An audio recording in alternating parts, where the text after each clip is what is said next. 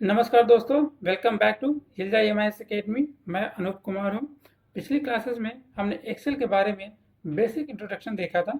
आज हम Microsoft Excel का इंटरफेस और इवन डिटेल में समझेंगे। ये माइक्रोसॉफ्ट एक्सेल का इंटरफेस है। इसको आप माइक्रोसॉफ्ट एक्सेल का होम स्क्रीन भी कह सकते हैं।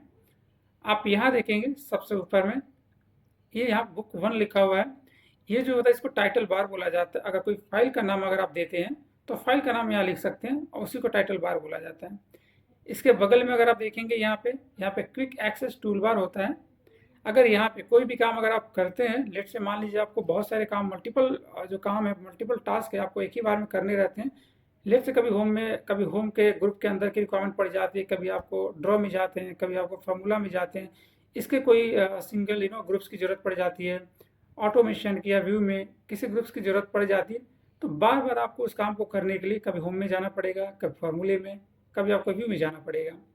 लेकिन अगर आप चाहते हैं कि सारे बार बार किसी टैब में ना जाके मैं केवल एक ही जगह पे रखूं और डायरेक्टली वहां पे जाऊं और क्लोज कर लूं, तो उसके लिए आपको यहाँ पे आपको ऐड करना पड़ेगा। अगर आप ऐड करेंगे तो कोई भी काम होगा, डायरेक्टली आप यहाँ पे क्लिक करेंगे और यहीं से आप ऐड कर सकते हैं। लेट से अगर मुझे इसे कॉपी करना हो सेल को, तो देखिए यहाँ पे ऑलरेडी मैंने ऐड कर रखा है। आप इस पर क्लिक करेंगे, ऑटोमेटिकली यहाँ पे कॉपी हो जाएगा। लेट से अगर आप यहाँ पे आप ये फिल्टर का ऑप्शन लगाना चाहते हैं, अगर फिल्टर का ऑप्शन लगाएंगे तो भी लग जाएगा। जैसे देखिए मैं यहाँ पे फिल्टर का ऑप्शन लगा रहा हूँ, यहाँ क्लिक करूँगा और यहीं से फिल्टर का ऑप्शन लगा दूंगा। अब इसके लिए मुझे किसी दूसरे टैब में जाने की रिक्वायरमेंट नहीं है। लेट से यहाँ पे देखिए एक नाम दिया हुआ है सेव एज का, कंट्रोल+S का। अगर आप कंट्रोल+S भी कर सकते हैं, शॉर्टकट कमांड से सेव कर सकते हैं। बट अगर आप चाहते हैं कि मैं शॉर्टकट कमांड से ना जाके माउस से क्लिक करके सेव करूं, तो आप यहाँ पे क्लिक करके डायरेक्टली आप माउस से सेव कर सकते हैं। ठीक है। इसे ऐड करने के लिए क्या किया जाता है, अगर आपको लगता है कि इसमें मुझे कुछ ऐड करना चाहिए, तो आपको यहाँ पे देखिए एक इस टाइप से यहाँ पे customise quick access toolbar का एक ऑप्शन दिया हुआ है। आपको इस पर क्लिक करना होगा। जब आप इस पर क्लिक करेंगे तो यहाँ पे मोर कमांड्स का एक ऑप्शन आता है, इस पर आपको क्लिक करना होगा। जब मोर कमांड्स पे आएंगे तो यहाँ पे क्विक एक्सेस टूल बार दिया हुआ है। देखिए हमने यहाँ पे सेव, ऑटो फिल्टर, कॉपी, ये 3 चीज़ें यहाँ पे ऐड कर रखी है। अगर मैं चाहता हूँ कोई और चीज़ें यहाँ पे ऐड करना, लेट से मान लीजिए मुझे ज़रूरत है कैलकुलेट ना होगी, तो इस पर क्लिक करेंगे और इसे ऐड कर लेंगे यहाँ पे। लेट से मुझे डिलीट सेल्स की रिक्वायरमेंट है, आपको इस पर क्लिक करना होगा, ऐड करना होगा। लेट से आपको कस्टम शॉर्ट की भी ज़रूरत है, आपको यहाँ पे क्लिक करके आपको ऐड करना होगा और इसके बाद आपको ओके करना होगा। आप जैसे ही ओके करेंगे देखिए सारी चीज़ें यहाँ पे आ गई। अब जो भी आप काम कर रहे हैं डायरेक्टली यहीं से क्लिक करके आप कर सकते हैं। ठीक है। नेक्स्ट, ये जो लिखा हुआ है यहाँ पे फाइल, होम, इंसर्ट, ये सारे पहले तो इसको मेन्यू बार बोला जाता था, लेकिन अब इसको टैब बोला जाता है। और उसके नीचे ये जो यहाँ से लेकर यहाँ तक का ये जो ऑप्शन दिए हुए हैं, ये सारी चीज़ें यहाँ से लेकर यहाँ तक का, इसको रिबन बोला जाता है। और रिबन्स के अंदर ये सारी जो डिटेल्स दी हुई है, देखिए ग्रुप बना हुआ है, हर रिबन्स के अंदर एक ग्रुप बना हुआ है। शीट व्यू का अलग से ग्रुप है। अगर आप होम पे क्लिक करते हैं तो क्लिपबोर्ड का एक अलग से ग्रुप बना हुआ है, फ़ॉन्ट का एक अलग से ग्रुप बना हुआ है, अलाइनमेंट का भी एक अलग से ग्रुप बना हुआ है, नंबर्स का अलग है। सबकी रिक्वायरमेंट आपको पड़ेगी धीरे धीरे, और इसके बारे में धीरे धीरे हम पूरी डिटेल में समझेंगे। ठीक है। उसके बाद देखिए ये वाले को यहाँ पे इसको क्या बोलते हैं, ठीक है, इसको नेमिंग बॉक्स बोलते हैं। ठीक है। अगर आप कोई भी रेंज का नेम देना चाहते हैं, जैसे मान लीजिए यहाँ पे अगर इस रेंज का आप नाम देना चाहते हैं, मैं कुछ लिख देता हूँ, एक डेटा में लिखता हूँ यहाँ पे। ठीक है। एम्प्लॉय नेम लिख देता हूँ, एम्प्लॉय नेम लिख दिया और यहाँ पर सेल्स लिख दिया। ठीक है। एम्प्लॉय नेम में राम लिखा, श्याम लिखा और सेल्स में कुछ भी XYZ मैं यहाँ पे डाल देता हूँ। तो यहाँ पे देखेंगे अगर इसका मुझे नेमिंग रेंज देना होगा, ठीक है, जैसे आगे नेमिंग रेंज के बारे में हम लोग सीखेंगे। क्योंकि फार्मूला में क्या होता है ना, फार्मूला आप लगाते हैं तो कभी कभी क्या होता है कि नेमिंग रेंज देना ठीक होता है, इसलिए कि बार बार हमें फार्मूला का रेंज सेलेक्ट ना करना पड़े, उसकी जगह पे केवल वो नाम लिख देंगे तो फार्मूले का जो रेंज ऑटोमेटिकली सेलेक्ट हो जाता है। अब यहाँ पे मैंने इस रेंज को मुझे सेलेक्ट करना है, तो रेंज को सेलेक्ट करने के लिए यहाँ पे एक नाम दे देंगे। यहाँ पे जो भी नाम देंगे वो नाम लिखेंगे फार्मूले में, तो रेंज ऑटोमेटिकली सेलेक्ट हो जाएगा।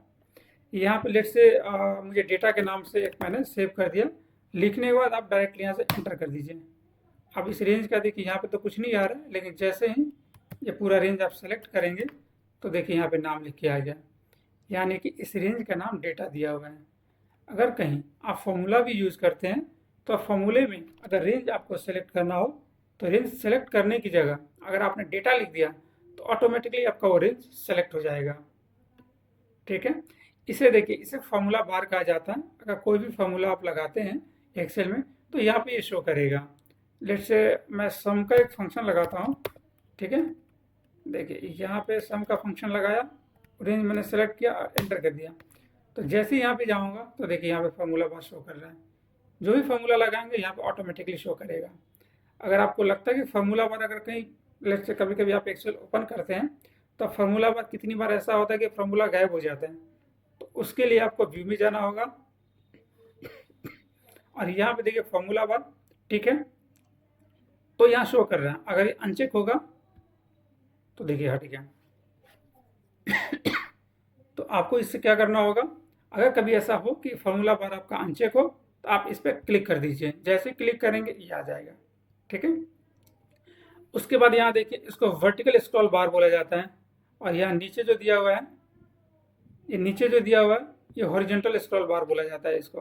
ठीक है, और यहाँ पे जूमिंग और जूम आउट का है। अगर आप जूम करना चाहते हैं शीट को, इस पर क्लिक करेंगे तो देखिए जूम होगा, प्लस पे क्लिक करेंगे तो जूम होगा, और माइनस पे क्लिक करेंगे तो देखिए रिड्यूस होगा इसका जूम। ठीक है, और ये वाली शीट को, ये जो शीट है ना, इसको वर्कशीट बोला जाता है। ये देखिए अलग अलग शीटों का है, इसको वर्कशीट बोला जाता है। और ये पूरे फाइल को वर्कबुक बोला जाता है। इसका डिफिनेशन भी हम लोग सीखेंगे, क्योंकि 1 बाय 1 मैं इसका डिफिनेशन भी लिखवाऊंगा। इसको क्या कहा जाता है, डेफिनेशन इसका कैसे होगा, ताकि आपको इसके लिए इजी हो। किसी को अगर डिफाइन भी करना हो, कभी इंटरव्यू में भी जाना हो और डिफाइन भी करना हो, इजी वे में आप डिफाइन कर सकें। उसके बाद आप फाइल में आते हैं। ठीक है, फाइल में अगर आप आते हैं तो फाइल में देखिए बहुत सारी चीज़ें यहाँ पे दी हुई है। यहाँ पे सबसे पहले मैं अकाउंट में आता हूँ। अगर आपको चेक करना हो कि आपका जो एक्सेल है कौन से वर्जन का है, डिफरेंट टाइप्स ऑफ वर्जन है एक्सेल में, क्योंकि एक्सेल का जो एक्सेल माइक्रोसॉफ्ट ने एक्सेल जो लॉन्च किया था 1985 में किया था, तब से एक्सेल के वर्जन अपग्रेड होकर चले आते आ रहे हैं। अभी जो लेटेस्ट वर्जन है हमारा, जो मैंने डाउनलोड किया है, देखिए वो माइक्रोसॉफ्ट ऑफिस 365 है, ये हमारा लेटेस्ट वर्जन है। ठीक है, अगर पता करना हो तो यहाँ से आपको पता चल जाएगा कि ये कौन सा वर्जन आपका एक्सेल का है। ठीक है, सो नेक्स्ट क्लास में एक्सेल ऑप्शंस के बारे में हम लोग सीखेंगे। ये सारे ऑप्शंस के बारे में आप लोगों को बताऊंगा। कभी कभी देखो ऑफिस में क्या होते हैं, बड़े बड़े फॉर्मूले हम लोगों को आते हैं, डैशबोर्ड भी अच्छा खासा बना लेते हैं, लेकिन मीनवाइल क्या होता है कि कभी कभी आप फंस जाते हैं छोटी सी चीज़ों में। कभी एक्सेल में अगर आते हैं तो लेट्स से मैं दिखा देता हूँ आप लोगों को। लेट्स से मैं जनरल में हूँ। ठीक है, आगे यहाँ पे देखिए बॉडी फॉन्ट जो दिया हुआ है ना, ये 8 दिया हुआ है फॉन्ट साइज, यानी कि एक्सेल जब भी आप ओपन करेंगे उसका फॉन्ट साइज हमेशा आपको 8 ही ओपन होगा। अगर आप चाहते हैं कि नहीं जब मैं एक्सेल ओपन करता हूँ तो इसका जो फॉन्ट साइज हो वो बड़ा होकर है, तो उसके लिए आपको क्या करना होगा, आपको यहाँ पे लेट्स से 10 का अगर आप करना चाहते हैं तो 10 सेलेक्ट करिए और ओके कर दीजिए। यहाँ से देखिए जैसे ही ओके करेंगे यहाँ पे बोल रहा है please close and restart Microsoft Excel so that the font changes can take effect. तो आपको यहाँ पे क्या करना है, इसको क्लोज करना है। क्लोज करने के बाद आपको दोबारा से एक्सेल ओपन करना होगा, इसे रीस्टार्ट करना होगा। अब दोबारा से जैसे आप एक्सेल ओपन करेंगे और फॉन्ट साइज देखिए उसमें बढ़ गया होगा।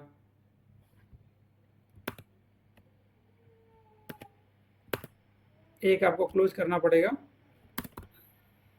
बंद ही करना पड़ेगा सारे को। जैसे मैंने बंद कर दिया, दोबारा से मैं ओपन करता हूँ। ठीक है, दोबारा से ओपन करता हूँ। देखिए जैसे ओपन करेंगे इसका फॉन्ट साइज देखिए 10 हो गया। ठीक है, तो यहाँ से एक्सेल के बहुत सारे ऑप्शंस दिए हुए हैं, सारे ऑप्शंस के बारे में हम लोग सीखेंगे। ठीक है, और नेक्स्ट क्लासेस में हम आपको एक्सेल वर्कबुक, वर्कशीट और डेटा एंट्री भी सीखेंगे, उसके बारे में ही बताएंगे आपको। इंटरफेस हमने देख लिया है। ठीक है, आगे वीडियो में जो भी आप लोगों के क्वेरीज भी अगर हो तो क्वेरीज भी आप लोग बताते रहिएगा, ताकि उसको भी रिजल्व किया जाएगा। जो भी आपकी क्वेरीज होंगी आप कमेंट्स में भी डाल सकते हैं, उसका रिप्लाई मैं कर दिया करूँगा। ठीक है, अगर वीडियो पसंद आए तो लाइक शेयर और सब्सक्राइब जरूर कीजिए। ठीक है, थैंक यू सो मच, जय हिंद।